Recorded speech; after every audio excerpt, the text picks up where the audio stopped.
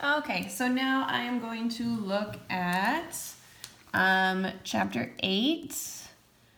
This is problems and exercises number 36. Okay, so on this one, the problem says a 30,000 kilogram freight car is coasting at 0.850 meters per second with negligible friction under a hopper that dumps 1,100 kilograms of scrap metal into it. What is the final velocity of the loaded freight car, and how much kinetic energy is lost? Okay, so sorry, I just paused and I'm back. So we are looking at a closed system in this question with momentum conserved. So we can start by looking at our conservation of momentum to find the final velocity. So we've got m1 v1 plus m2 v2 equals, and they are going to be stuck together, right? Because the scrap metal is going to be in the back of the freight car.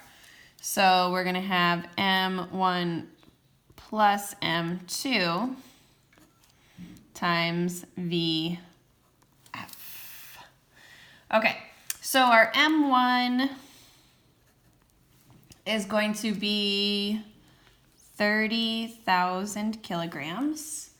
Our V1 is going to be 0.850 meters per second.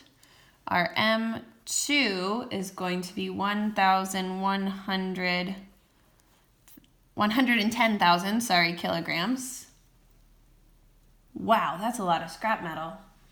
And our VF is what we need to find. Our V2 is 0 for our purposes. So we're just looking at the one direction. We're looking at the final velocity of the freight car, and I guess when it's dumped into there, their velocities are perpendicular to each other. So we'll just ignore that one. Okay, so now we can plug in everything. We can get rid of this guy here and divide both sides by m1 plus m2. So m1 v1 over m1 plus m2 equals vf. So that is going to be m1 30,000 times 0.85 equals that, divided by 30,000 plus 110,000. Did that work? Hang on a second.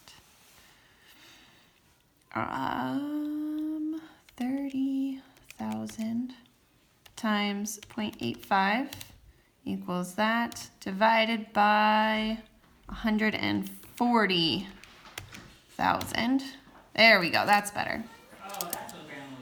So VF is going to equal 0.18 meters per second. So that's our final velocity. Now we can look at our change in kinetic energy. So our initial kinetic energy is just going to come from m1 v1 squared plus 1/2 m2 v2 squared equals ke initial. This is going to be 0. So 1/2 times 30,000 times 0.85 squared equals that. Ooh, that's a lot of energy. 10,800 and we'll say 40 joules. And then our 1/2 m1 plus m2 times Vf squared is going to be our final kinetic energy. So we have 1/2 times 1,4,0,0,0 times Vf 0.18 squared equals that. Sorry, there's a lot of noise outside my house.